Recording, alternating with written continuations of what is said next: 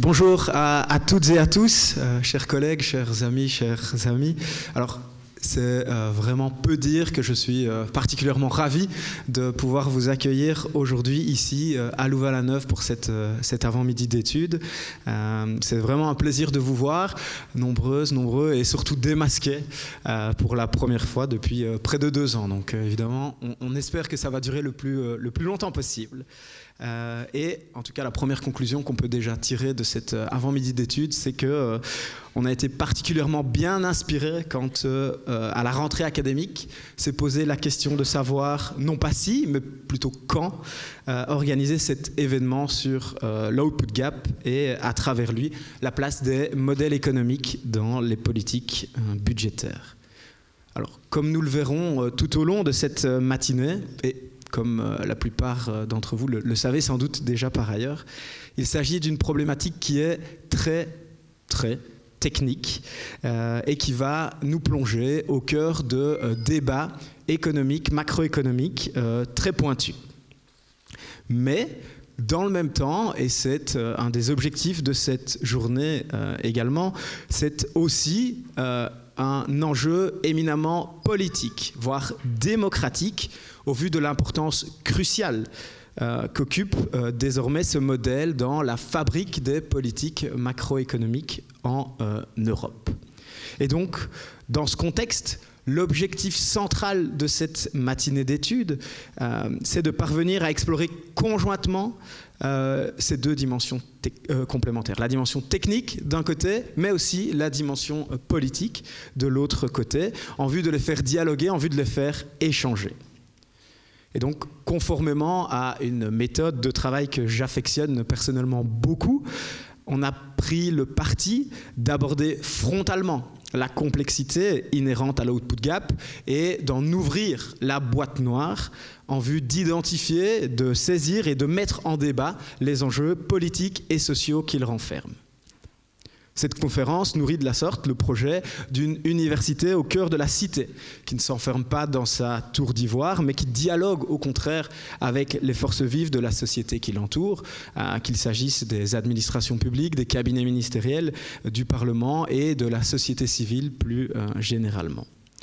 Elle s'inscrit en cela, cette conférence, dans le sillage d'autres initiatives destinées à populariser et décrypter les finances publiques, qui sont encore peu nombreuses en Belgique francophone, mais le certificat interuniversitaire en finances publiques, qui est organisé conjointement par l'Université de Louvain et l'Université de Liège depuis plusieurs années, remplit aussi cet objectif. Alors, pour remplir l'objectif ambitieux que nous nous sommes fixés, aborder conjointement les aspects techniques et politiques de la confection de l'output gap, il était, de notre point de vue, indispensable de se doter de guides à la fois compétents et très pédagogues. Et je pense qu'on peut dire que nous y sommes parvenus au vu du panel 5 étoiles qui nous accompagne aujourd'hui. Je vais donc me tourner vers nos invités du jour en vue de vous les présenter, non sans les remercier une fois encore pour leur présence parmi nous aujourd'hui. Let me first briefly switch to English in order to introduce our keynote speaker, Philipp Heimberger, which is just over there.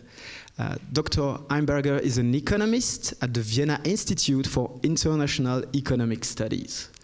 His research focuses on macroeconomics, public economics and international economics. He has worked, but also published extensively on the macroeconomic effects of fiscal policy, but also the coordination of European fiscal policies in conjunction with the problems related to estimating potential output. He was therefore the perfect speaker to open today's debate. As a consequence, he will have the floor for about 55 minutes, 40 to 50 minutes, if that's good for you, Philipp. Then you, the audience, will have the opportunity to ask him your questions in English or in French, and I can play the role of translator if needed. So thank you again for being there, Philipp. We are all looking forward to hearing you in a few minutes. Après la pause, Nous assisterons ensuite à un débat entre, non pas 4 comme initialement prévu, mais bien 3 spécialistes de la question. Le professeur Paul de Gros m'ayant écrit un message hier pour me prévenir qu'il était malheureusement retenu à Londres en raison d'un test Covid positif. C'était un peu trop beau, évidemment. Il fallait bien que le Covid continue à se manifester d'une manière ou d'une autre aujourd'hui. Alors, néanmoins, nous aurons la chance et le plaisir d'entendre 3 expertes et experts issus des sphères académiques, administratives et de la société civile. Vanessa Ludgen, qui est juste là-haut, qui est économiste au Bureau fédéral du plan. Jérôme Creel, qui est directeur du département des études de l'Observatoire français des conjonctures économiques, l'OFCE, à Sciences Po Paris. Et enfin, Étienne Lebeau, qui est permanent syndical à la Centrale nationale des employés, où il est en charge des questions européennes et socio-économiques. Ce débat sera modéré par le co-organisateur de cet événement, professeur Sébastien Brunet, qui est professeur de sciences politiques à l'Université de Liège, mais également administrateur général de l'Institut wallon de l'évaluation de la prospective et de la statistique, l'IWEPS. Enfin, le secrétaire d'État pour la relance et les investissements stratégiques, chargé de la politique scientifique, Thomas Dermine, nous rejoindra dans la seconde partie de cet avant-midi et il nous apportera son éclairage politique sur la question en guise de conclusion. Au terme de ces interventions qui, comme vous l'avez compris, s'annoncent toutes aussi stimulantes les unes que les autres, se tiendra un apéritif dînatoire, le premier depuis pratiquement 2 ans, donc profitez-en. Il prendra place au premier étage de ce bâtiment. Alors, toute l'organisation de cet événement n'aurait pas pu être possible sans l'aide précieuse de Magali Dupont, que je remercie vivement, ni sans le soutien financier du FNRS et de l'Institut de recherche Jury. Merci à eux également. Qu'il me soit enfin permis d'adresser un mot à la mémoire de Philippe Donnet, car l'ancien commissaire au plan avait accepté avec beaucoup d'enthousiasme de participer à cette conférence. Alors, la vie ne lui en a malheureusement pas laissé l'occasion et je profite vraiment de cette introduction pour adresser une pensée émue à sa famille ainsi qu'à ses proches. Alors, avant de céder la parole à Philipp Heimberger, comme promis, je vais simplement me permettre de rapidement planter le décor, le cadre général de nos débats du jour à travers 3 questions que vous vous êtes par ailleurs peut-être posées également. Premièrement, qu'est-ce que c'est l'output gap en fait? Deuxièmement, à quoi est-ce qu'il sert concrètement? Et enfin, troisièmement, pourquoi est-il pertinent de s'y intéresser aujourd'hui dans le cadre de cet avant-midi d'études? Premièrement donc, qu'est-ce que l'output gap? Alors l'output gap, ou écart de production en français, correspond, comme son nom, alors certes un peu ésotérique l'indique, à un écart, à une différence entre 2 niveaux de production au sein d'un système économique donné, classiquement, pour faire simple, un État. Alors, pour le calculer, on va comparer d'un côté le PIB effectivement mesuré avec de l'autre la production économique dite potentielle, c'est-à-dire, en simplifiant, le niveau de production qui pourrait être obtenu si tous les facteurs de production atteignaient un niveau optimal tout en demeurant soutenable à terme, c'est-à-dire sans générer d'excès inflationnistes. L'output gap, c'est donc une comparaison entre la situation économique d'un État donné au temps T, le PIB effectif d'une part, et une fiction statistique, le PIB potentiel d'autre part, ce que le PIB pourrait être dans le meilleur des mondes économiques possibles. Cette construction statistique, elle vise à servir d'indicateur de la position d'un État dans le cycle macroéconomique. Ainsi, un output gap négatif va indiquer une sous-utilisation des ressources économiques, tandis qu'un output gap positif peut, quant à lui, révéler une surchauffe de l'économie. Comme vous l'aurez sans doute compris, l'un des nœuds du problème que nous allons explorer aujourd'hui est que le PIB potentiel et donc par extension l'output gap sur la base duquel il est calculé, ne sont pas directement observables. Ils sont en outre entourés d'un degré d'incertitude plus ou moins élevé, et d'autant plus grand qu'ils peuvent être calculés selon différentes méthodes concurrentes. Nous allons l'aborder en long et en large dans le cadre des exposés du jour. Alors, très bien, me direz-vous, mais finalement, à quoi est-ce que toute cette machinerie statistique sert en pratique? Et j'en viens donc à ma deuxième question. À quoi l'output gap sert-il concrètement? Alors, une réponse courte serait de dire à beaucoup de choses. Je vais proposer une réponse un petit peu plus élaborée quand même, en lien avec les finances publiques, en vous rappelant que l'output gap, en fait, c'est une composante discrète, souvent méconnue, mais non moins essentielle de la politique européenne de surveillance des finances publiques nationales. En effet, à côté des deux indicateurs phares du traité de Maastricht, que vous connaissez évidemment toutes et tous, les fameux objectifs de 3% de déficit public par rapport au PIB et 60% de dette publique par rapport à ce même indicateur. À côté donc de ces deux indicateurs initiaux, s'est développé à partir de 1997 un instrument toujours plus complexe, toujours plus autonome et contraignant de surveillance budgétaire qu'on appelle le pacte de stabilité et de croissance, également connu sous l'acronyme PSC.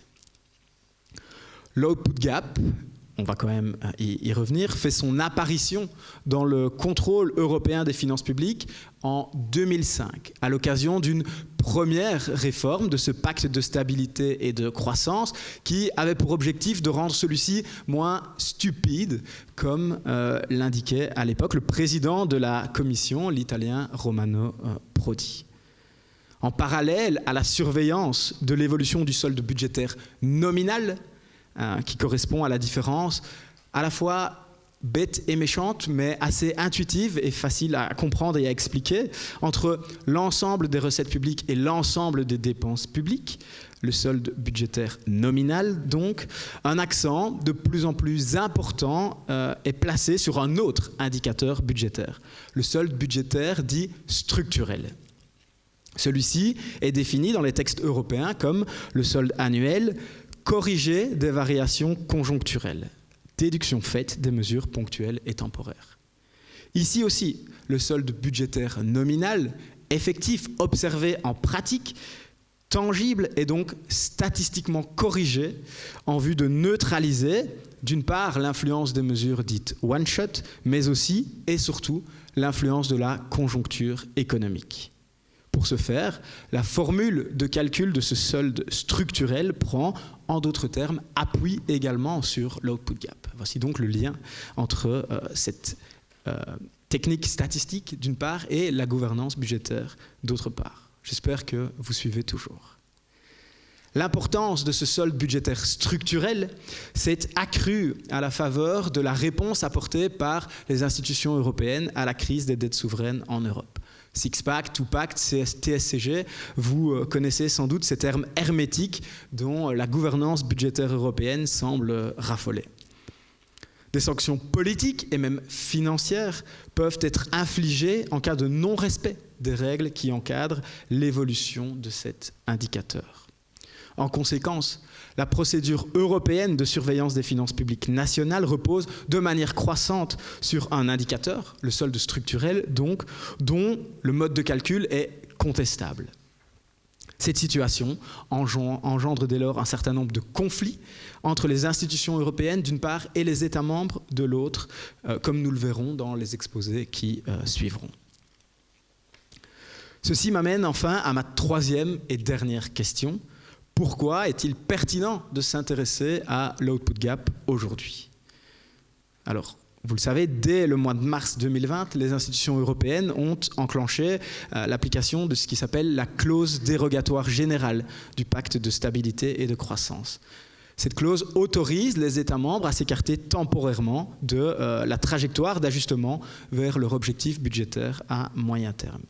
En conséquence, les règles budgétaires européennes sont actuellement, pour faire simple, suspendu en vue de permettre au gouvernement de déployer l'ensemble de mesures socio-économiques nécessaires en vue de répondre aux conséquences de la crise sanitaire. La question de leur réactivation suscite toutefois des débats houleux au sein des institutions européennes. À très court terme, il semble que la guerre en Ukraine ait convaincu la Commission de prolonger encore un peu la clause dérogatoire, au moins jusqu'en 2023, accordant par là un an de répit budgétaire supplémentaire aux États membres. La question qui se pose, c'est évidemment pour combien de temps encore ? Or, juste avant l'irruption de la pandémie de Covid, la Commission avait lancé un vaste débat sur l'avenir de la gouvernance économique européenne. Après avoir relevé que le cadre budgétaire était, je cite, devenu de plus en plus complexe, suscitant de ce fait moins l'adhésion, et que la conjoncture économique de l'Union européenne avait considérablement changé depuis que les règles ont été instaurées. L'exécutif européen estimait que le début d'un nouveau cycle politique dans l'Union constituait un moment opportun pour évaluer l'efficacité de l'actuel cadre de surveillance économique et budgétaire. C'est dans ce contexte on ne peut plus actuel qu'il convient, à mon avis, d'inscrire la réflexion du jour et d'interroger plus que jamais la place de l'output gap au sein de la gouvernance budgétaire d'aujourd'hui, mais aussi et surtout de demain. J'espère donc que les échanges entre nos orateurs du jour, que je remercie une fois encore, vous permettront de vous forger une opinion informée sur cet enjeu aussi politique que technique. Je vous remercie une fois encore pour votre présence et vous souhaite une excellente matinée d'études à toutes et à tous. Philipp, the floor is now yours. Again, thanks for inviting me. And I'm sorry that I'm not able to speak in French. So, I guess we are all aware, right, that we are living in an age of severe economic shocks. So, first we had the financial crisis and the economic shock due to the financial crisis. Then we had the COVID-19 crisis, and now we have the Ukraine war, which will also be an economic shock on Europe. And all this poses a severe challenge for economists and policymakers who want to assess where is an economy in the business cycle. And that kind of translates to what I will talk about today. So I will try to give you a critical assessment based on my own research and the research of others on output gap estimates, which are crucial for assessing the business cycle position of economies in the context of EU fiscal surveillance. I mean, you already heard quite a bit about it, but I'll try to run you through some of the most important things as I see them. I mean, for economists, this is a well-known concept. This is at the core of macroeconomics, I would say. And when I talk about the output gap here, what I mean is that economists refer to the difference between actual output of an economy and potential output, which is typically defined in mainstream economics as the level of output an economy should be able to attain without producing accelerating inflation. However, potential output is not observable. You know, we can't go out there and observe the level of potential output. We have to estimate this based on a model to answer the question, basically, is there economic slack in an economy? Is there underutilization of production factors, labor and capital? How deep is a crisis? Is there a crisis at all? And economists do that by providing models to estimate the output gap, where a negative output gap would be an indication that, well, actual output is below potential output, which is an indication of underutilization of economic resources. Therefore, also economic policy should do more to support recovery. And on the other hand, the positive output gap would be when actual output is above potential, which would be an indication of an overheating economy. Okay, I will show you some charts after that, but that's why it's an important indicator for assessing the business cycle position. And very different models have been used by economists to estimate output gaps, and quite often they do not come to the same conclusions on the size of the output gap, but sometimes they do not even agree on the sign, so whether the output gap is positive or negative. I will today talk about the output gap model that is important for fiscal policy making in Europe. about the European Commission's model for estimating this, and I will run you through the estimation problems and the role of these estimates in political processes in Europe, and why that is relevant for the EU's fiscal rules. So what I will say is based on a set of academic papers that I have co-authored with a couple of other researchers, where basically what's new about our research is many economists have thought about the output gap and problems in real-time estimates, but we have done research on why that's relevant, especially in the European context, and how it shapes fiscal policy and politics. And I have also been vocal over the last couple of years trying to bring that to the public debate, because I think it's important to make people aware that some of the technical stuff economists discuss are very important from a political point of view. So we've been writing articles, and I also did a little social media campaign together with a couple of colleagues like Adam Tooze. And to some extent, this also contributed to pushing this into the mainstream debate. For example, in the Financial Times, Martin Sandbu had a couple of articles on the problems and potential misestimations of output gaps and how that distorts fiscal policy making in Europe. So we are at a little bit, the situation today is different from a couple of years ago. There is a little bit more awareness now about the problems. And I would say that's good, because it's also a window of opportunity now with the current debate on the EU's fiscal rules to do something about it.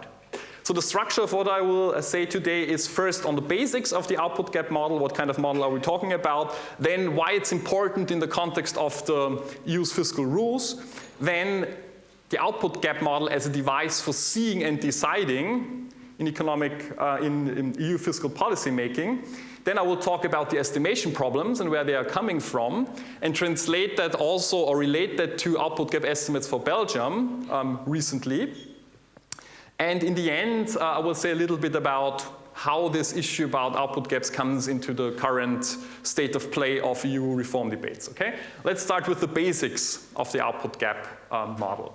So the core idea in the EU fiscal regulation framework is rather simple, which is you should not only, especially when it comes to medium-term budgetary objectives, not only look at the headline fiscal balance, you should do cyclical adjustment, okay? So, I mean, the business cycle has an impact on tax revenues and government spending, and you should try to correct for the cyclical effects.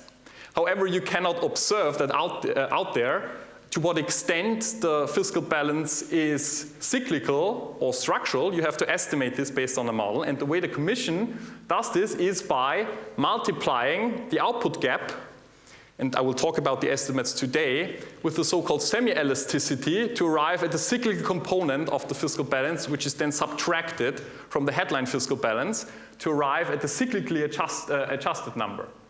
I will not talk about the semi-elasticity, which is simply the sensitivity of how strongly tax revenues and government spending, how strongly they react to changes in the business cycle, how strongly they react to a crisis, for example. I will talk about the output gap estimates today. And I show you here, for starters, some numbers for Belgium. You know? So that's for the year 2019, the most recent estimates by the European Commission, so right before the COVID-19 crisis, okay? So Belgium had a fiscal balance of minus 1.9% of GDP, so a fiscal deficit. The output gap estimate, and I will talk about the model in a minute, was 1.5, so it was positive, indicating an overheating of the Belgian economy in 2019. And I think we can challenge that afterwards, but let us stick with the numbers of the Commission here. And this implies that the cyclically adjusted fiscal deficit is even larger than the headline fiscal deficit, which is simply due to the assessment that actual output was above potential output in 2019. And as we will see, this has a major impact on how you view fiscal policy. So that's basically how it's done. You know, you have a model to estimate the output gap, and you have a number for the semi-elasticity, and there you get the cyclical component of the fiscal balance, which you then subtract from the headline fiscal balance. So this is the only formula that I will show to you, I promise. So that's basically the model framework used by the European Commission to estimate the output gap and the structural fiscal balance. At the core is the European Commission's potential output model, okay, which is a neoclassical growth model where potential output, which you cannot observe, is defined as the level of output where all factors of production are utilized at non-inflationary levels, okay? And you can see that this is explained by the input factor labor L, capital K, and total factor productivity. It's a Cobb-Douglas production function rooted in neoclassical growth theory. And basically, what's important to understand here is that the subcomponents of this model, especially when it comes to the production factor labor, they are estimated based on statistical filtering models, where the idea is that you decompose a time series into a cyclical and a trend component. And you use the trend component as the structural part. And importantly, what the Commission does there, and I will show you some numbers afterwards, it estimates the so-called non-accelerating wage inflation rate of unemployment, also a concept known, I guess, only to economists, which is kind of an equilibrium unemployment rate, which is also interpreted as a proxy for what's structural about the unemployment rate, okay? And the higher this Navarro estimate, the lower will be the contribution of labor to potential output, and vice versa.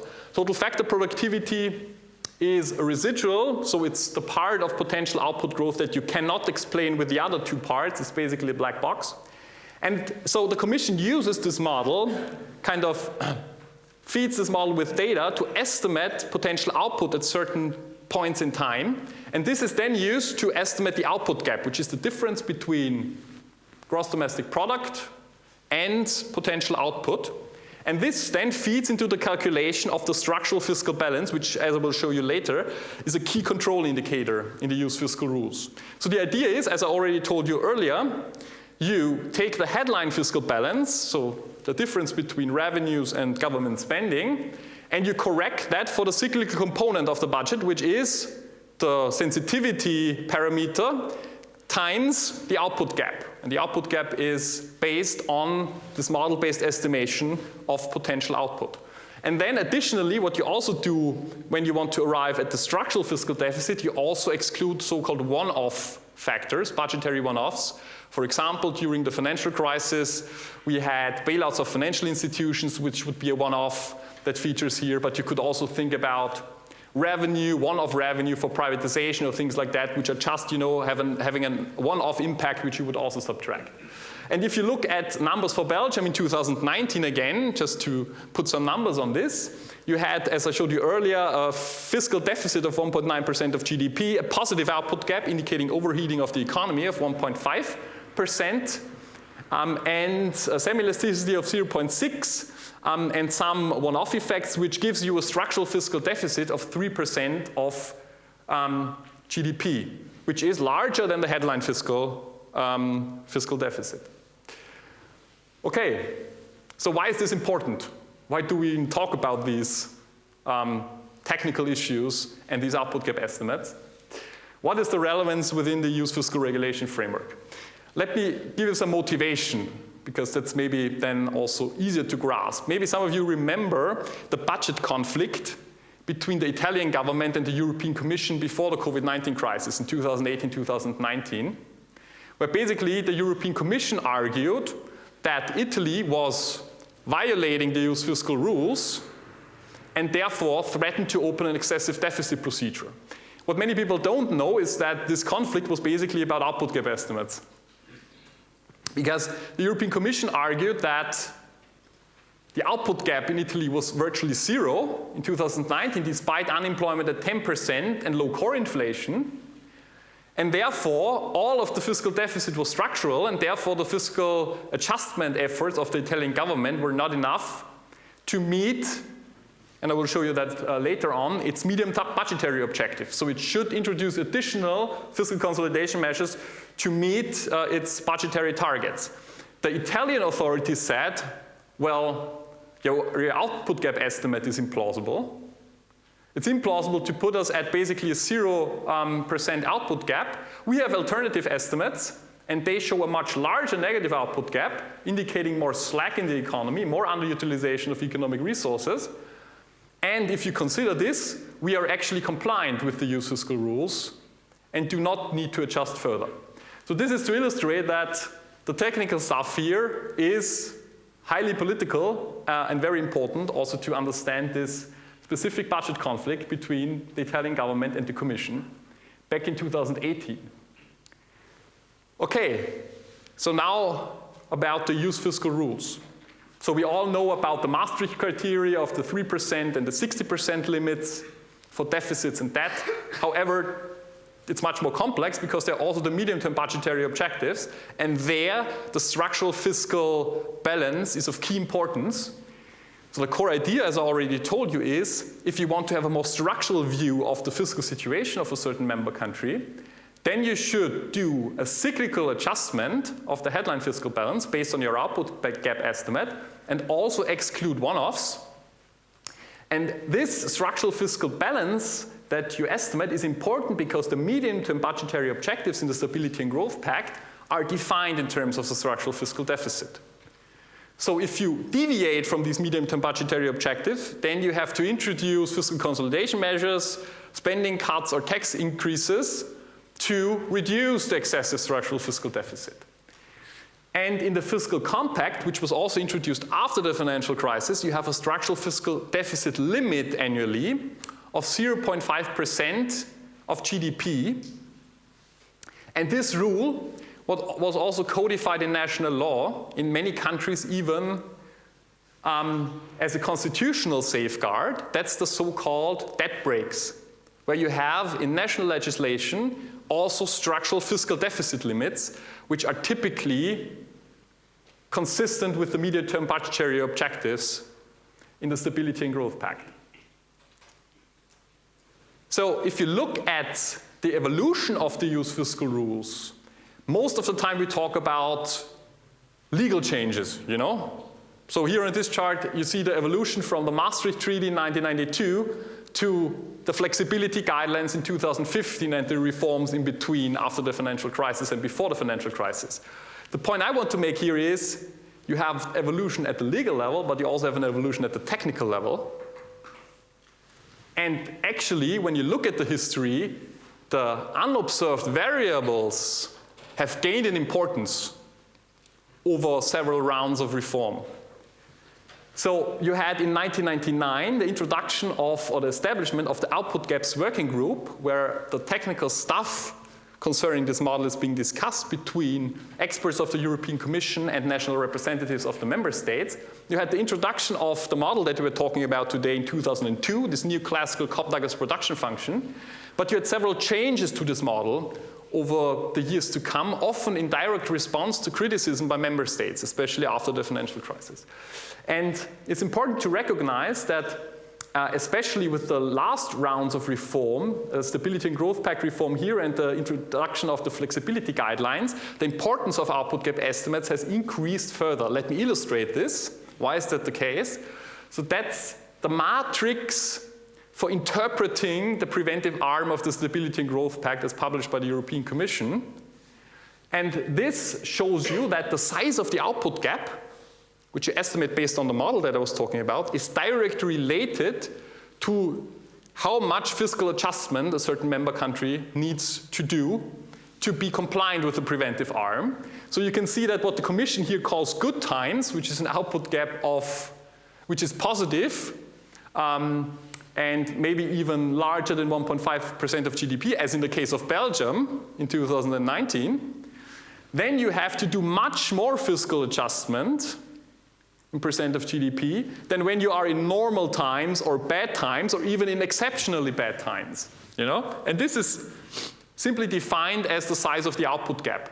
And that also tells you why Italy was arguing that the output gap was actually larger than the European Commission estimated, because Italy was actually saying that the country was in very bad times or in exceptionally bad times with an output gap larger than minus 4% of GDP, you would not need to do any fiscal adjustment, even if your public debt to GDP ratio is above 60%. Whereas the European Commission was saying, well, Italy is actually in normal times. Okay? So it also very much sets the scene of negotiations between the European Commission and the member states, you know, the size of the output gap as estimated by this model. So we also did interviews with people working with this model in Brussels at the European Commission, but also national representatives in the output gaps working group and in the policy committees. So this is a quote from one of the interviewees who said that, well, okay, for economists, the structural fiscal deficit is defined, and within the models it might be understandable, but in the real world, it's actually not only unmeasurable, but we are not even sure what we mean by the concept. Another quote from an interviewee who is a national representative of a member state in the output gaps working group, who argues that, well, there are severe objective and subjective difficulties with calculating output gaps and structural fiscal deficits. And in several member states, there is actually a feeling that the estimates that you come up with are too fragile to rely on. And what's interesting is when you read the more recent reports of the European Commission and documents on the EU's fiscal rules, there is now some understanding of this and some acknowledgement of this. So this is from one of the documents on the economic governance review, where the Commission also says that, okay, well, we have to say that the current fiscal framework, it relies heavily on variables that we cannot observe, that we have to estimate based on the model, such as the output gap and the corresponding structural fiscal deficits. And this hampers the provision of stable policy guidance. It has also increased the complexity of the fiscal rules. And it contributes to a reduction of transparency, especially in the preventive arm. That's the flexibility guidelines that I was talking about before. Okay, I will now talk about the role of the model in the political process, based on our research, as a device for seeing and deciding in EU fiscal policy making. What do I mean by that? Well, I think it's important to reflect a little bit on what kind of model this is. Yeah? So it's a neoclassical growth model that is firmly rooted in the supply-side paradigm of economics. So basically, the assumption is that long-run economic growth is driven by supply-side factors. And when you think about this from the policy side, quite obviously, this would also mean that if you want to raise potential output growth, what you need to do is you need to, first of all, improve the supply side. You need to introduce certain, and then you come to the European mantra, structural reforms to reduce the structural component of unemployment and to raise productivity growth and thereby lift potential output growth. So the model kind of emphasizes certain factors through the paradigmatic priors and the assumptions that are taken, whereas it hides other factors and is rather inconsistent with a more Keynesian view, where you would argue that, well, changes in aggregate demand, changes in government spending can also have a long-run impact on economic growth. The policy story of the model is very different, and I mean, you find that very much reflected in the reports based on the model-based estimates, that typically what you find is supply-side recommendations of how to improve potential output growth and thereby lift the economy.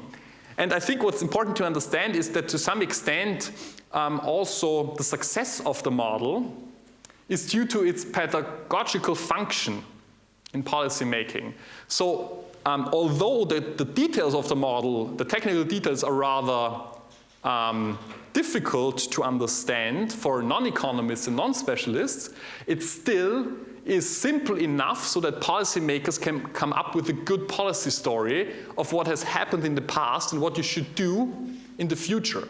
So here on this chart, I show you a decomposition of how the various factors contribute to potential output growth in Belgium. And based on growth accounting, you can do a very nice decomposition, which just tells you how much of potential output growth in each and every year is due to which factor, you know? And what you can see is that according to the most recent Commission estimates, potential output growth rates in Belgium went down after the financial crisis to a significant extent, which was due to a smaller contribution of the production factor labor to potential output, partly due to the upward revision in the structural component of the unemployment rate, but also due to a downward revision in the contribution of total factor productivity. So this is more or less a black box. It's a residual. We don't really know why total factor productivity growth should have decreased substantially. But anyway, these are the estimates, and you can come up with a pretty nice policy story on basically what happened in the past and the structural reforms that you should undertake to further raise potential output growth. So there is a direct and intuitively understandable mapping of the impact of different variables on potential output growth. And when you talk to people in Brussels working with this model, they will tell you the nice thing about this model, which has some theoretical background and allows for this growth accounting, is you can, sell that to politicians and they can make a story out of it. Okay, let me now talk about the estimation problems as I see them based on the literature. And here it's important to go back to what I said earlier, which is that to estimate the subcomponents of the factors that contribute to potential output, statistical filtering models are being used to detrend time series. Here I show you, for illustration purposes, the estimates for the NAVRU, non-accelerating wage inflation rate of unemployment, which is used as a proxy for what's structural about the unemployment rate for Italy at various points in time. So the higher the NAVRU estimate, the lower will be the contribution to potential output and vice versa. And what you can see, the blue line here, which is the estimate from autumn 2007, so before the financial crisis, you can see that the Commission estimate was declining NAVRU well below 6%. Then you have the financial crisis, which brings a significant increase in actual unemployment. That's the dotted orange line here. And what you can see after that is stepwise upward revisions in the NAVRU. And this is driven by the so-called endpoint bias, as the statistical literature calls it. So what's happening is that you have the crisis and the actual unemployment figures that entered the model estimation. The last data points are very much driven by the crisis, and this has a disproportionate impact on your trend estimates, which also drags up your NAVRU estimate. So I would argue that, and also other economists argue this, that to a large extent, what you see here, an increase in what's structural about unemployment, which lowers potential output, is driven by the underlying estimation problems due to the endpoint bias. I mean, you should have a discussion on to what extent it makes sense to revise drastically structural unemployment upwards in response to what first and foremost is a cyclical, is a change in cyclical conditions. Here are potential output revisions for Italy over time. So this line, the dotted black line, is the estimate in autumn 2007. So you see basically a continuous potential output growth trend. And then the crisis hits, and you have stepwise downward revisions in potential output in 2010, 2011, 2012. So as the economy tanks, you have downward revisions in potential output. And the most recent estimates, you see another downward revision in the COVID-19 crisis.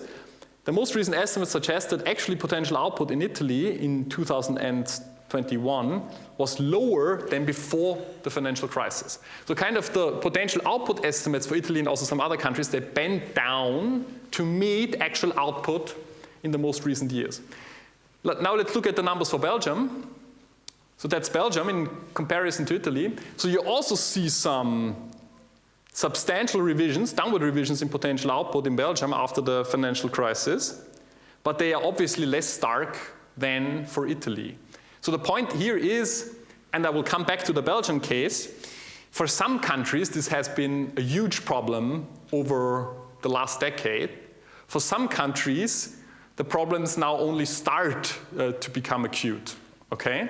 And this depends a lot on the performance during and after the financial crisis and the euro crisis. So why is this a problem? Why are these pro-cyclical estimates, why is this endpoint bias a problem for fiscal policy making and fiscal guidance?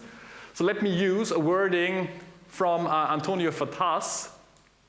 He calls this self-fulfilling pessimism, or the fiscal policy doom loop in Europe with regard to the euro crisis. And basically what he means is, and this has been also supported by other research findings, what you saw after the financial crisis in several European countries is actual output going down, also dragging down the potential output estimate. And this initially sends the wrong signal to fiscal policymakers. The signal is the output gap is rather small because we had to revise downward potential output. And this means that your structural fiscal deficit looks very large. Therefore, tighten your fiscal belts, cut government spending more, raise taxes, introduce fiscal consolidation to bring down this excessive structural fiscal deficit. So you have more fiscal consolidation pressure exactly at the wrong time. And this then, when you introduce fiscal consolidation, further reduces economic growth and employment, and in another round leads to further pro-cyclical downward revisions in potential output due to the endpoint bias that I was talking about. And that's why you see for several countries these stepwise downward revisions at different forecast vintages. So to some extent, what many countries experienced here is a vicious cycle. And the thing is that initial fiscal policy mistakes that you make, especially after economic shocks, they tend to magnify themselves over time, and they can then actually end up leaving permanent economic scars, okay? So let's say you misestimate the output gap, which tells you tighten your fiscal belts further, and this leads to further decline in GDP, which also has an impact on labor markets as long-term unemployment increases and as some people then eventually also lose some of their skills, which is what economists would call hysteresis effects or long-term scarring. Then you can also end up with a long-term impact of initial pro-cyclical fiscal policy guidance. And it can also have paradoxical effects, you know. You can actually have an outcome where you end up with a higher public debt to GDP ratio than what you would have had without the problems in fiscal policy guidance in pro-cyclical terms.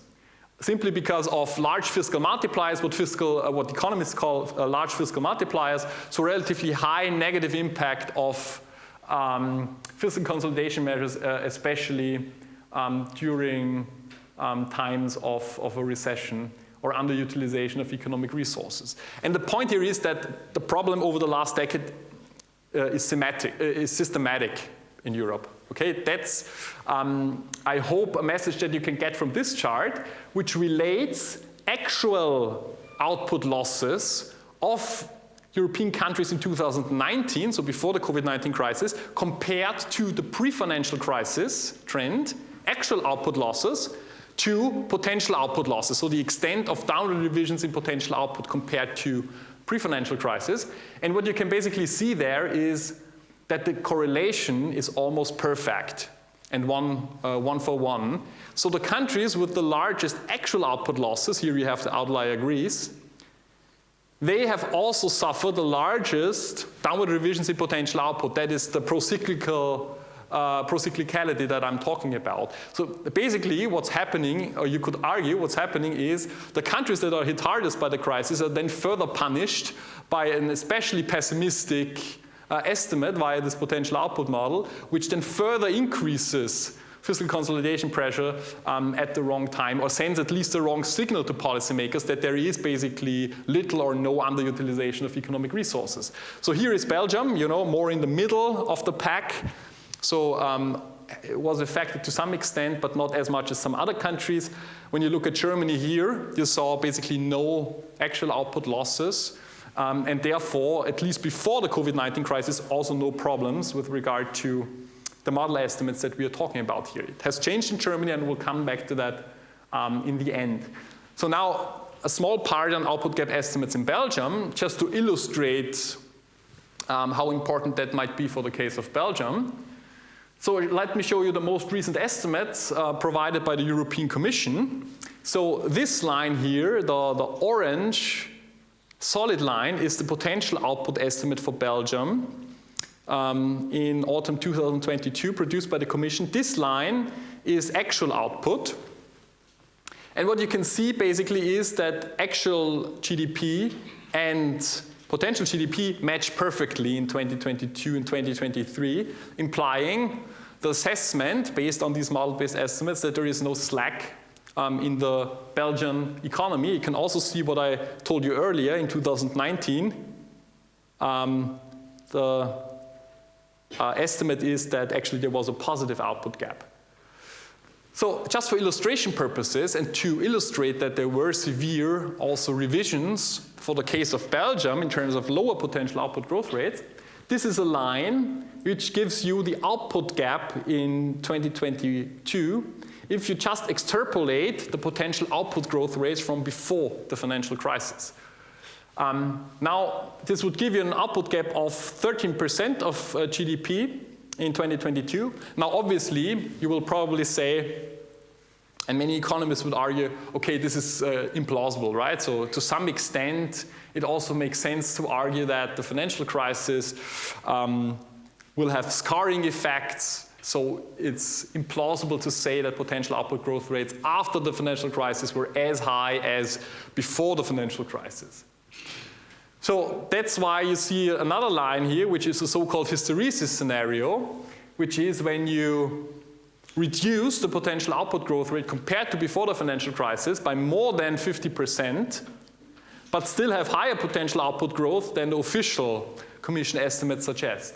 And what you then get is a still substantial output gap of around minus 4% of GDP. So why does this matter for assessing fiscal policy?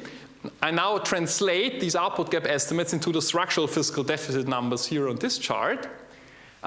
So basically what they tell you is that structural fiscal deficits obviously appear much smaller at this current juncture if you use alternative output gaps for Belgium. So the grayish bars are the official Commission estimates.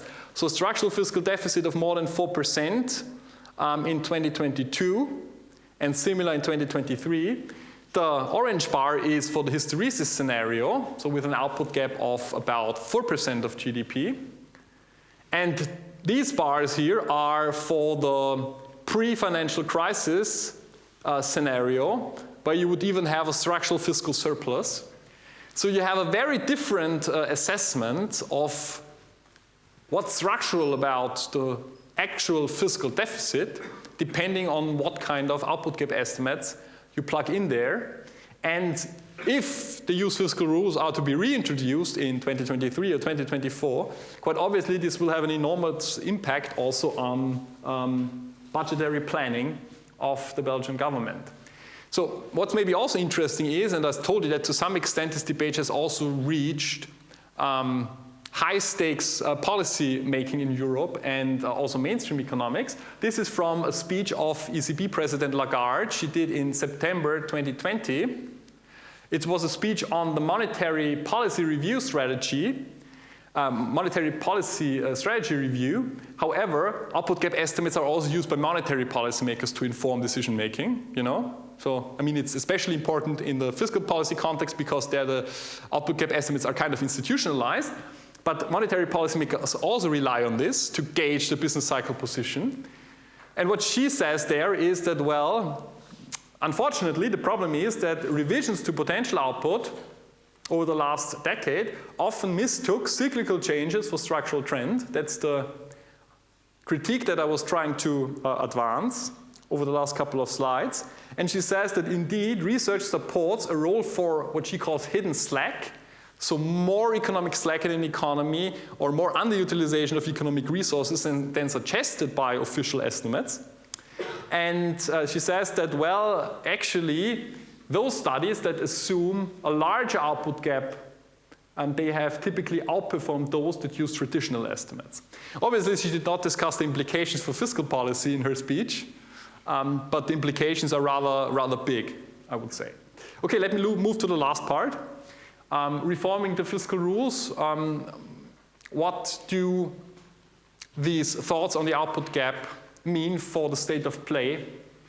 I think the first point should be to recognize, with the existing framework, if we are to reintroduce these fiscal rules, those who estimate potential output gaps, they have a lot of power in Europe in terms of defining the fiscal space in various member countries. So that's also a quote from an interviewee of ours, a national representative in the Output Gaps Working Group. So I have always argued that I think we should promote a public debate on this, which needs to go even beyond the experts, because rather opaque technical details are very important for EU fiscal surveillance and governance, and this is relevant for the future of fiscal policy. I think one should raise the question, or pose the question, whether democratic fiscal policy making should depend so heavily on estimates where there is good evidence that they are highly prone to being revised and potentially even biased when we apply them to guide fiscal policy making. Now, you could argue that conditions have changed to some extent, but in this reform round for the EU's fiscal rules, we might still not find the political conditions to completely get rid also of the underlying technical problems. So that's why you need to pose the question, can we at least improve the underlying model estimates? And that's what I will talk about a little bit on the next couple of slides. Why is that important? Because there is now also a window of opportunity for this, because in Germany, a debate has been triggered on these output gap estimates also over the last year. And you now find a clause in the German coalition treaty for the new government, which says that basically the cyclical adjustment, which is about the output gap model, in the context of the German debt brake should be evaluated, and basically they use the same model as is being used at the European level, so the European Commission model. So it says that there should be, given the experiences with systemic crises over the last 10 years, there should be a re-evaluation. So to some extent, this is a window of opportunity. The door has been opened to changes in the output gap, and I'm in touch with people in Germany who are pushing on this. And let me talk a little bit about their proposal. So it's a proposal by a German think tank, Dezernat Zukunft. And what they propose is, well, let's be very pragmatic. You know, we know also from the academic literature what kind of estimation problems we face. What can we do within the existing framework with some rather minor technical tweaks? I mean, they say that this would not solve the major underlying problems, and in the medium term they would like to move to something else. But as a pragmatic first step, they say we could already do a lot, which would be also good from a conceptual point of view. And this is to replace, first and foremost, the estimates of the NAVRU that are being produced with a full employment target. So conceptually, they argue this makes sense because when you think about, and that's what the fiscal rules are eventually about, you know, you want to ensure sustainable fiscal policy. However, it's difficult to think about sustainable fiscal policy with actual unemployment rates that are over a long time higher than 10%, or at least very high. So that's why it's also helpful to have a labor market that is functioning well, because this will give the government more tax revenues, it will lower social spending on several components, and this will also support over the medium and long run that sustainability.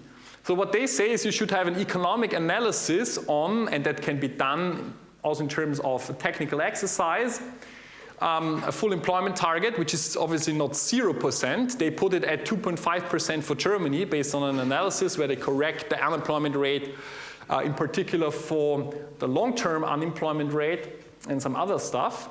So they replace another with a full employment target, and they also revise upwards the potential number of working hours that enters the calculation of the input factor labor to potential output, because they say there's a lot of involuntary underwork, so to speak. So there are surveys that tell us that people actually would like to work more than they actually can. So part-time workers who would like to work more, for example. And when they do that, they find that this reduces the structural fiscal deficit for Germany this year and in the next year substantially, and gives you about 20 billion euros in additional fiscal space for Germany.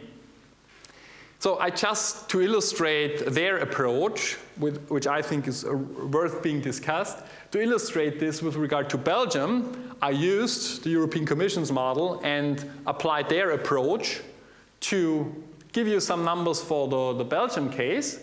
So here in this column, you see the official estimates from the stability program that was submitted by the Belgian government to the European Commission in autumn 2021. So an output gap in 2023 that is essentially very close to zero. I already showed you that earlier. So even after the COVID-19 crisis, almost no underutilization of economic resources, which gives you a structural fiscal deficit of about 4.5% of GDP. Now, in the next column, what I do is I also introduce a full employment target, as in the Jetzt nach Zukunft proposal, which I put at approximately 3% for Belgium, but one can discuss this. Obviously, I'm not an expert on the Belgian labor market, and one would need to do a deeper analysis. However, simply by replacing the NAVRO with this full employment target, you get a much larger output gap of minus 5% of GDP, which gives you a structural fiscal deficit, which is about half, so minus 2.5%. And then in the next scenario, what I do is what is also being done by Jetzt nach Zukunft. You could argue that, well, at least to some extent, there's more part-time work than people would like to have. So I revised upwards the potential working hours that are entering the estimation of potential labor supply. And when you do that, combined with replacing the NAVRO with the full employment target, you get an even larger output gap of 8.5% and a structural fiscal surplus, which would imply that even if you were to reintroduce the fiscal rules, Belgium, given its fiscal planning at the moment, would be compliant with its medium-term budgetary objective and to use fiscal rules. So this is to show you that, and we can debate this, but it shows you how important changing some of the data and changing some of the parameters in the model is in terms of assessing the structural fiscal position or situation, and therefore also in terms of the guidance that you give to fiscal policymakers. Okay, let me end by quickly saying, obviously this is now a window of opportunity to have a broader debate on the use of fiscal rules, and output gap estimates also come into play here. There are proposals which are rather ambitious and would require far-reaching also legal changes. And I mean, personally, I would be in favor of also more ambitious proposals. I think that in the end it's problematic to have control indicators that are non-observable and over which the government basically does not have direct control because of revisions that you have. So I would prefer the acknowledgement that actually that sustainability is a very complex issue, and even in a European fiscal policy framework, European fiscal rules framework, you would need more country-specific elements for that sustainability analysis, where you really look at forecasts for interest rates compared to GDP growth rates, interest payments, and other macro variables, and then come up with a range for the primary fiscal balance which countries would need to achieve going forward. I think that's something where governments also have much more direct control over this. However, it's not too likely to happen that we will see very ambitious changes in this round, I think, or that's my reading of what I see and read. So to some extent, we also need to be prepared for a pragmatic discussion about what we can do in the existing framework. And there, obviously, the output gap estimates are very interesting because, as I showed to you, the nitty-gritty technical details are of high political relevance, and there are proposals out there, such as the one that I discussed before, but also others, and that could potentially bring improvements and make also the calculations, especially during and after crises, less procyclical. Another important thing, especially for countries like Belgium, I think, is also to talk about the debt reduction rule. I mean, Belgium has a public debt to GDP ratio well above 100%, and other countries are facing a similar situation. So we need, I think, to have a more sensible debt reduction rule. The current 1/20th rule is very harsh, especially when you have public debt to GDP ratios above 100%.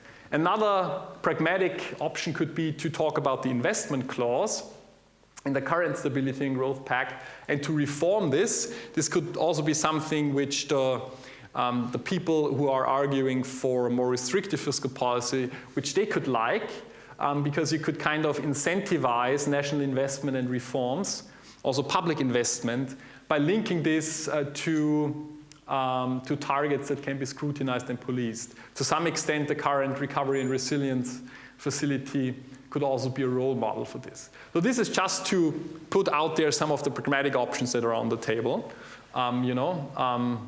So we'll see in what direction the debate will move over the next couple of months. But the output gap calculations play an important role in the technical debates, also at the European level. So let me finish my last slide. What I would like you to take away today from my talk is, well, these estimates, they have a very big impact on assessing the fiscal situation of countries. And to some extent, I think it's necessary to challenge them. I mean, look at the current estimates for Belgium here on the left. The orange line is actual unemployment over time, and the black line is the estimate produced by the Commission model for what's structural about the unemployment rate, so the NAVRO estimate. And what you can see is basically this assessment that the labor market was overheated in 2018 and 2019. So actual unemployment was even lower than the NAVRO estimate. That also leads you to this positive output gap estimate. I would argue that actually what the European Commission is doing here is more driven by the logic of these statistical filters. Basically you're estimating a complex version of a lagged moving average in a very sophisticated way. So this is much more what the Commission is doing than actually saying something about what's structural about the unemployment rate. But it has a big impact on how you view the fiscal situation. And I mean, if you look at certain macro data for Belgium, they would point you to substantial underutilization or slack on the labor markets. This is the employment to population ratio over time. And let me end with this. So the black line here is for Belgium. And you can see that the employment to population ratio in Belgium is today still far below its levels from before the financial crisis. This is the employment to population ratio for prime age men, so men at working age. Also, if you look at core inflation before the COVID-19 crisis, which was well below 2%, is also an indication that the economy was not that strong. So I find these positive output gap estimates rather challenging, to be honest. And what I would like to take away with is that based on the research that we also have, it's possible to challenge this, and it's important in the context of the current debates on fiscal policy. Thanks for your attention, and I'm looking forward to the debate.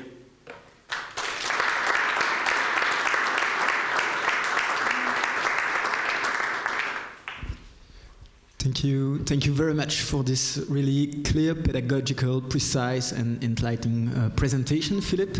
I've got many questions, but I would like first to know whether the audience and our guests today have their own questions to ask you, whether in French or in English. I might also translate it.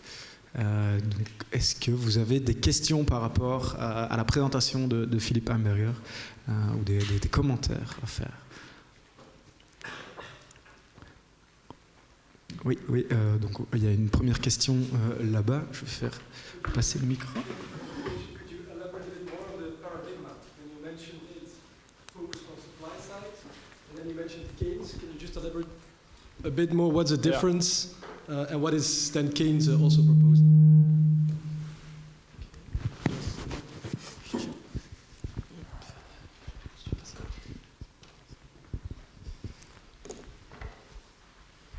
Yes, I was just wondering whether you had contacts with the European Commission and the Output Gap Working Group, and whether they are open to some of your estimations within the framework of their own governance review.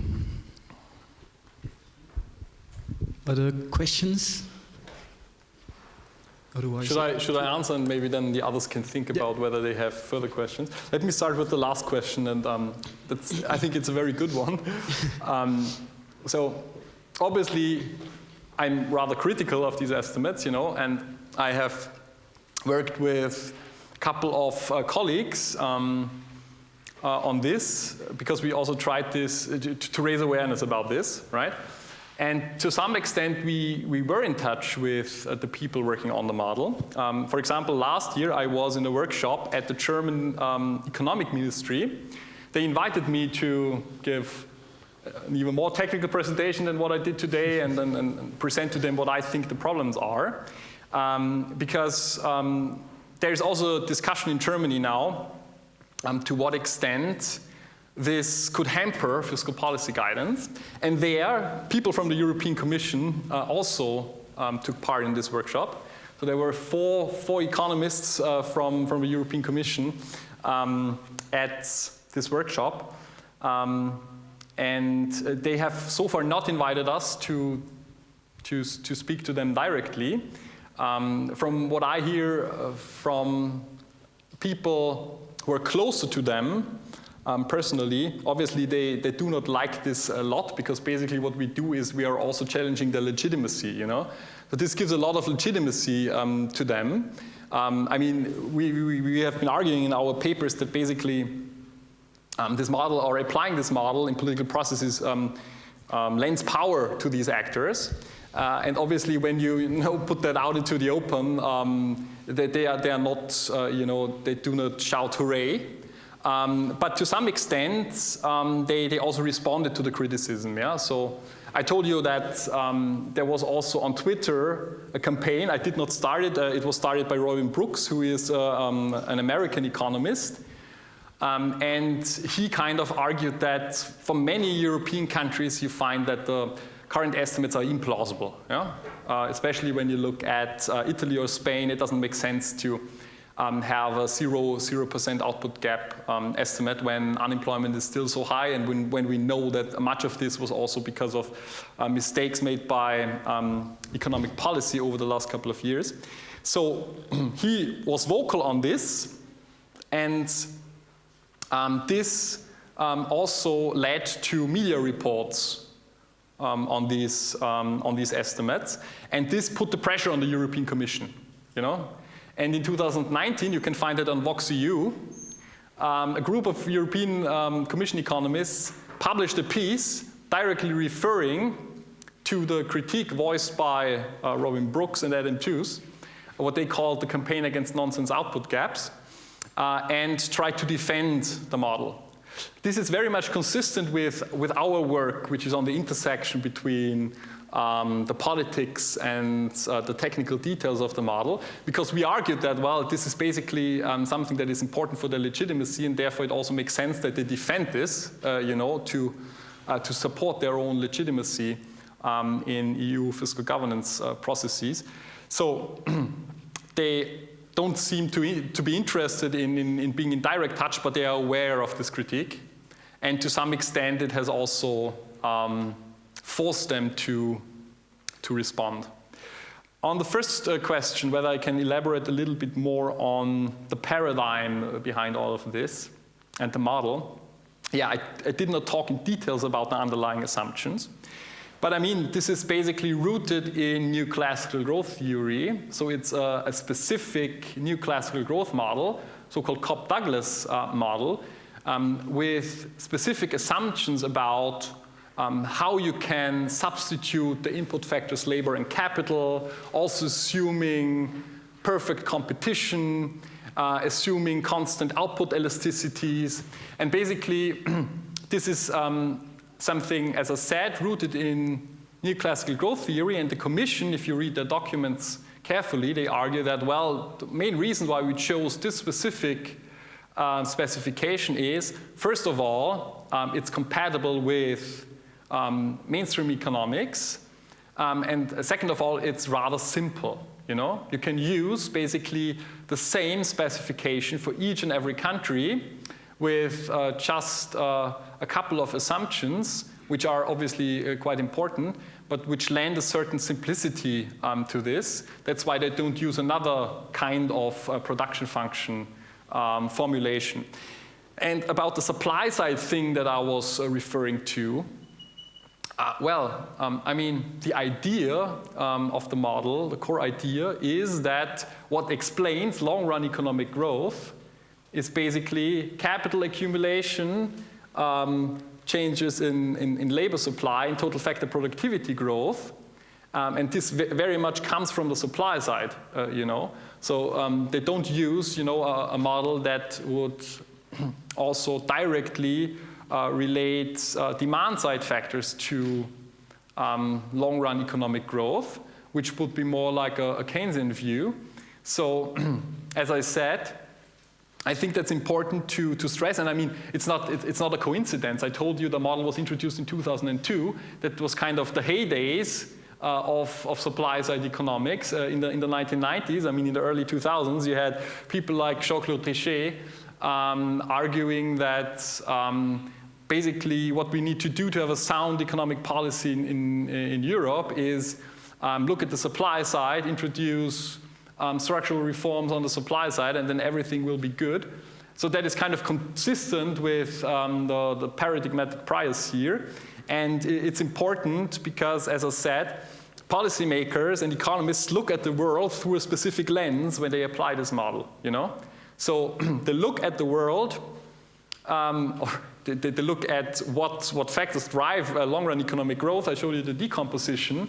And that's basically what will also guide then the policy recommendations. Yeah?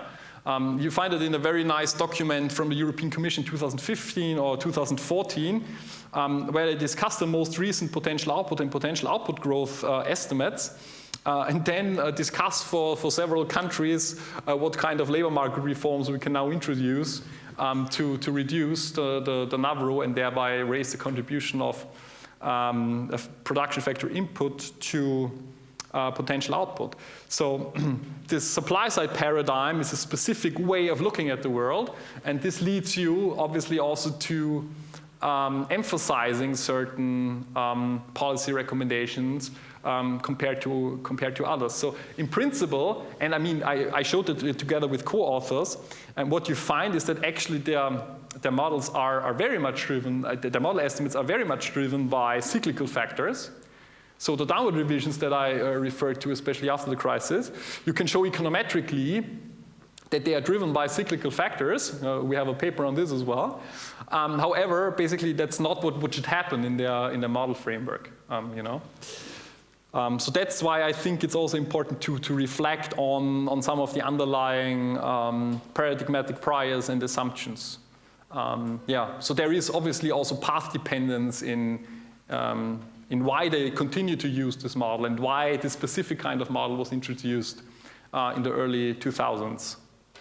And as I said, it was adapted in several steps after it was introduced in 2002.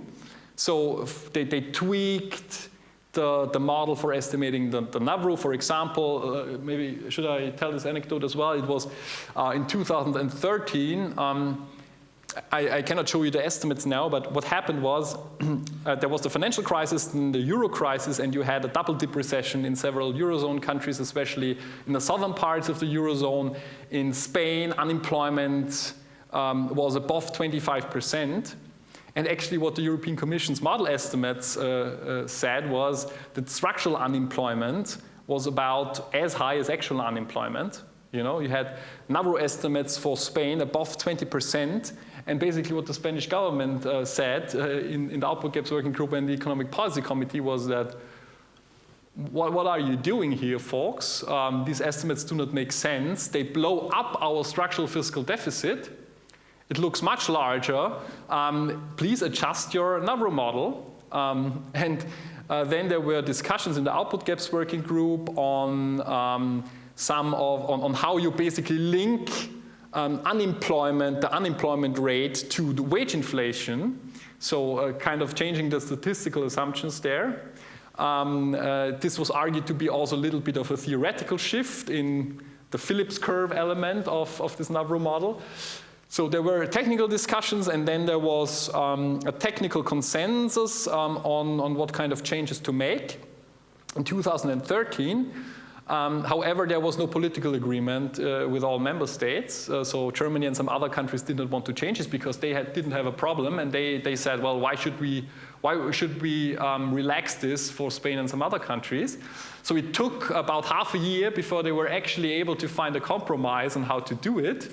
And the compromise was to change the Navarro model for Spain and some other countries, the countries that wanted to change it, but to keep the old model for the countries that did not want to switch.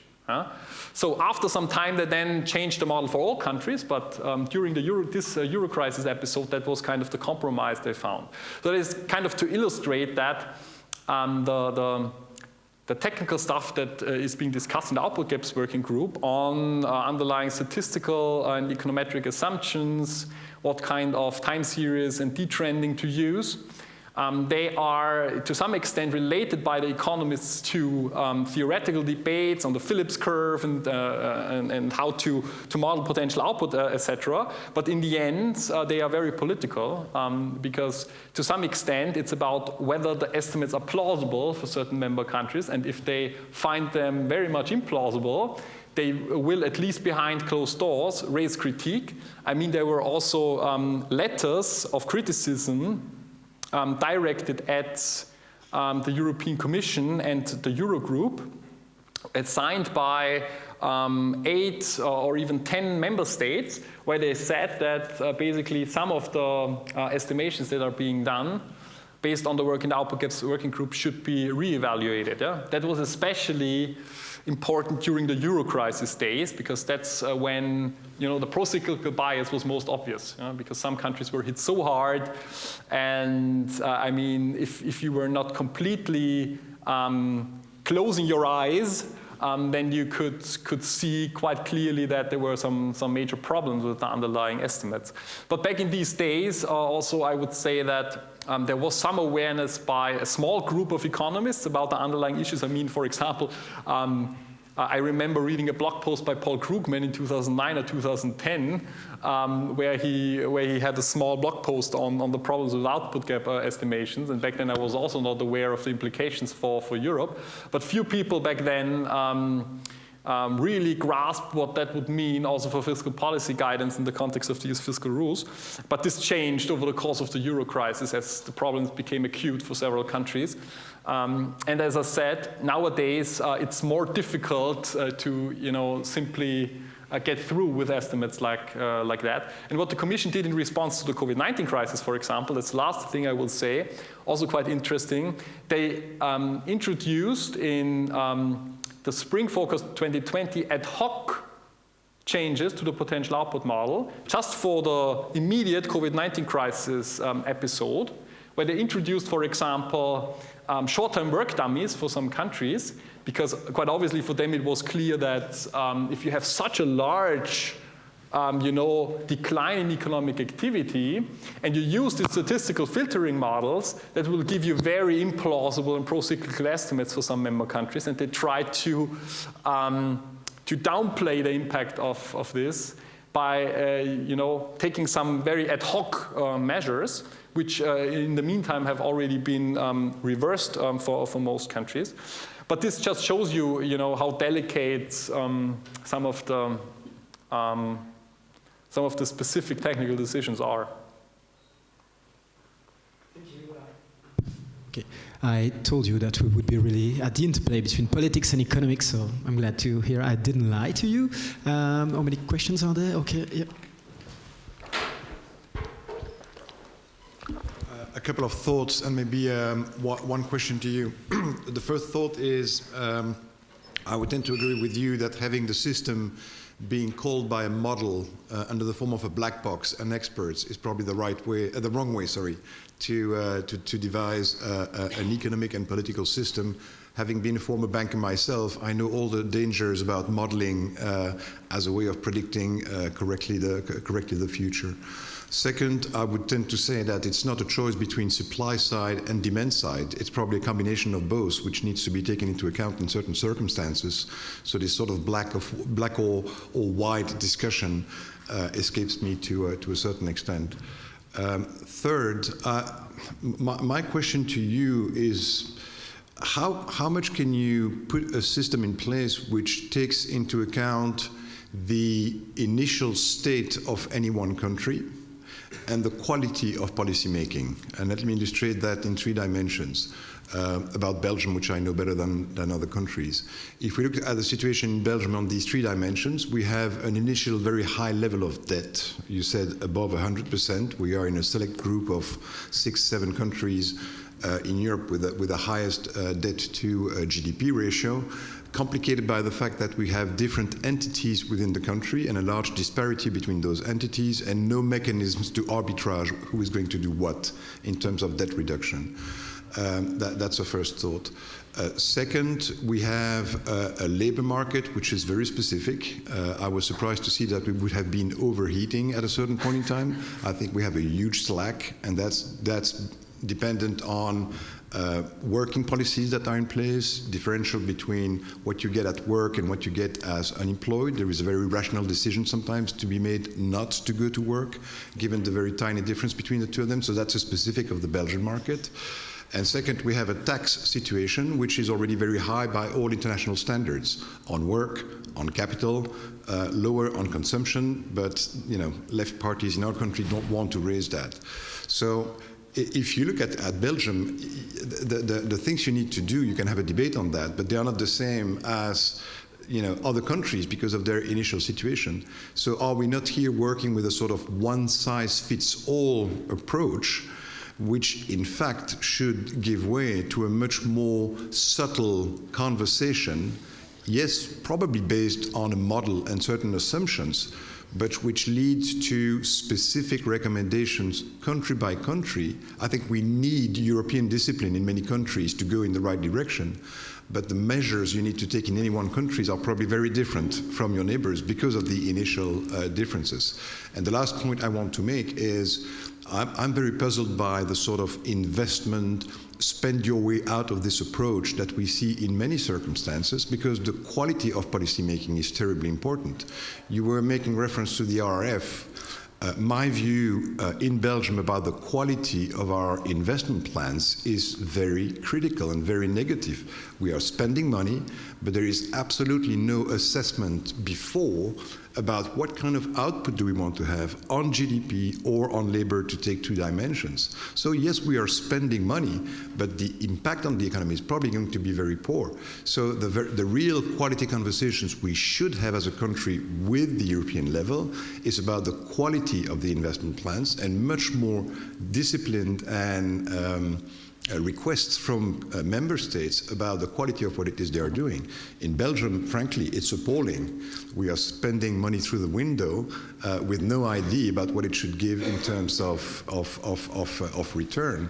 So, just playing with numbers in terms of investments or painting them in green, red, or other colors doesn't do the trick. It's a discussion about quality of policy making, and that to me lacks a little bit in everything I've heard so far. So I would add that as a piece of criticism to the ones you have expressed. There was another question. Thank you. So thank you for the talk. So I'm a trained empirical political scientist. It's possible that I have not understood a big deal, but I will try to. So So as far as I have understood, or my interpretation is that there are 2 potential problems in addressing the thing. The one is the theory and the capacity of the theory to how it fits to the reality, how it is able to explain reality, the economic one.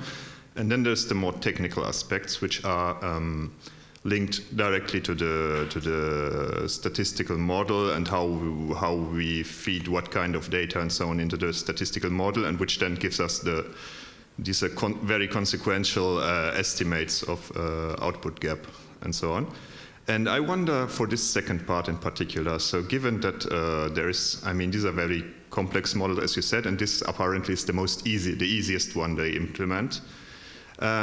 If we then replace this model by another model, and we still might have problems with the availability of data and good data, and we are, or they are, not we, they are estimating or trying to make predictions on something very complex, inherently very complex.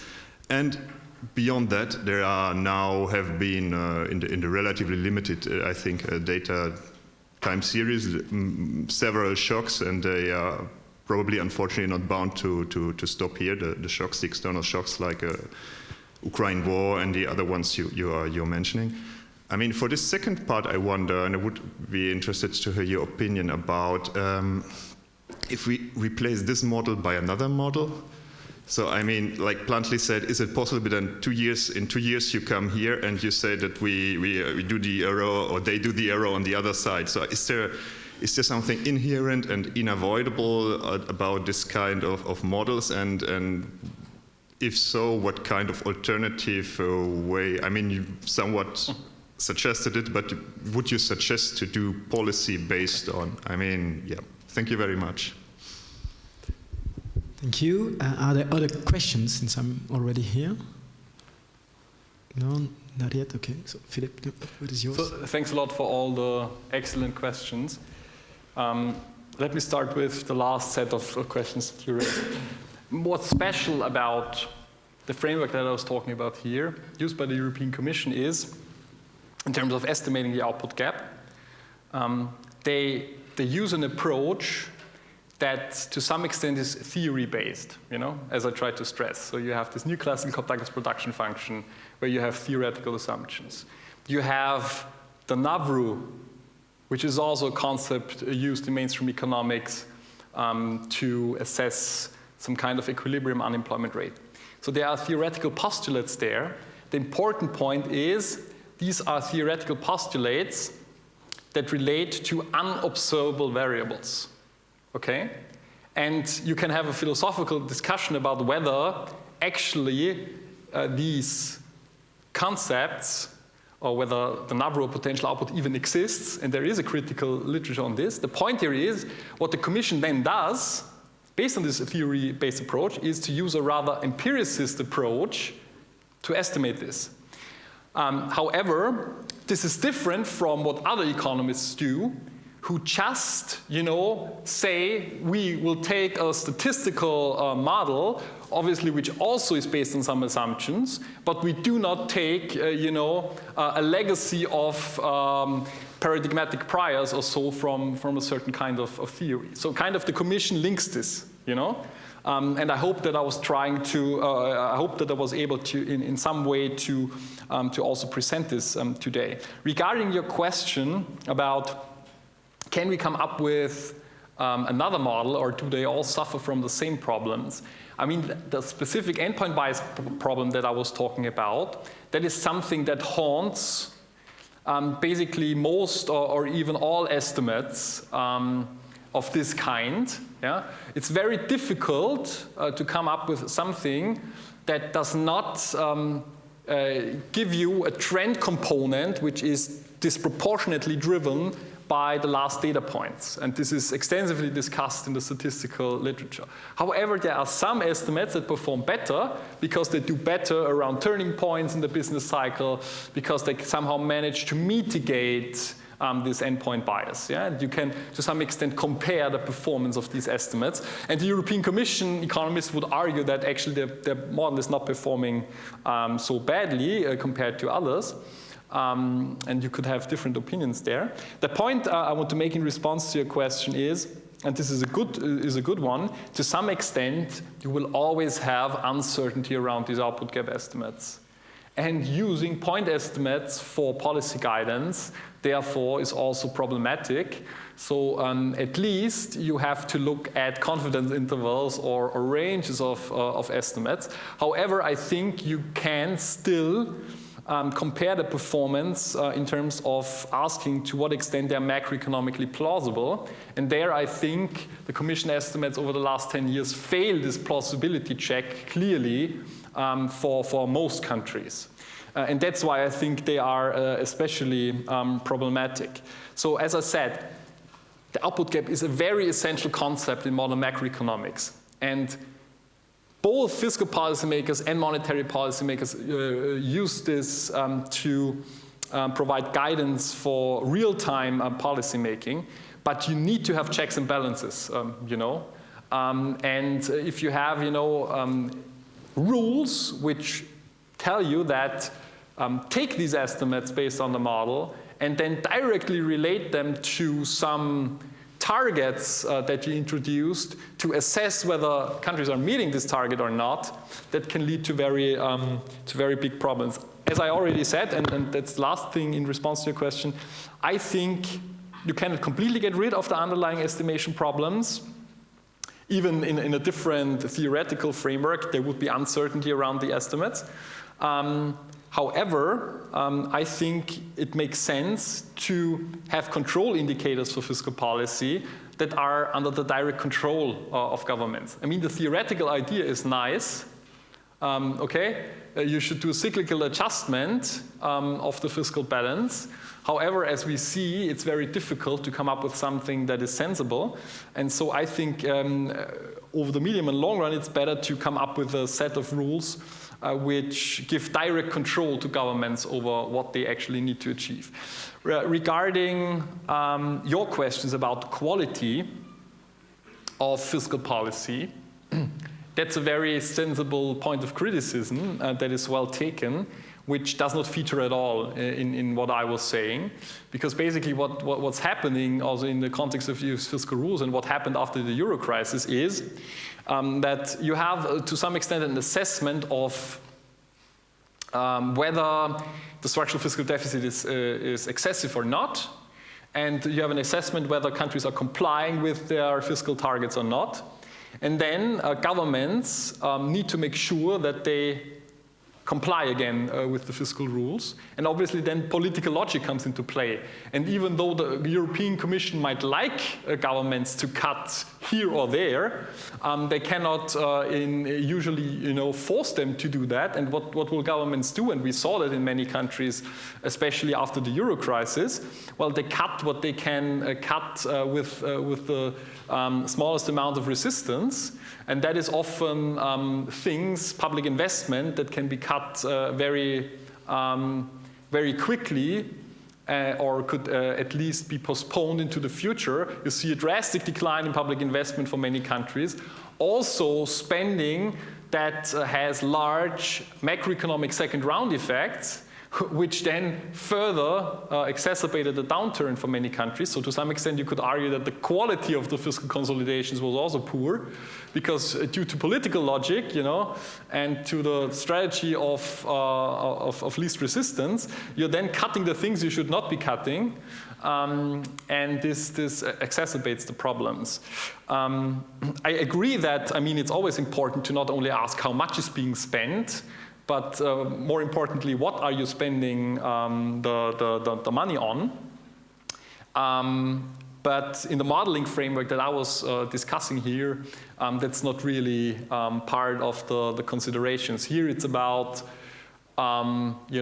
finding an estimate for where an economy is in the business cycle, which should then be a guidance for policymakers about whether fiscal policy should continue to be supportive in terms of supporting recovery when you have underutilization of economic resources, because it will give you more fiscal space according to your output gap estimate, or whether this should not be the case.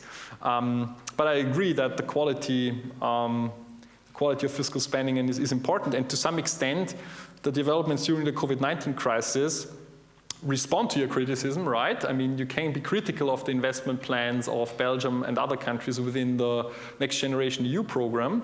But there is also, a discussion about what governments should actually spend this on, and I think we should also have more of a public debate on this. When I think about my own home country, Austria, I think one of the main problems was actually that there was little public discussion about the Next Generation EU plan anyway, and what the government intends to spend the Next Generation EU money on, which would also be important from a democratic fiscal policy making point of view when you want to improve the quality of spending plans. Thank you very much for your answers. I see that time is flying. It's already 11:15, so I think it's about time. We'll have some time to discuss informally or over a cup of coffee, and I would suggest to enjoy this break, have a longer break, or the time that was initially foreseen, and to see us within half an hour in order to refresh our minds and then to be fit for the second part of this study day. So thanks again to Philipp Heimberger for his energy and his insight, and see you a bit later. Thank you very much.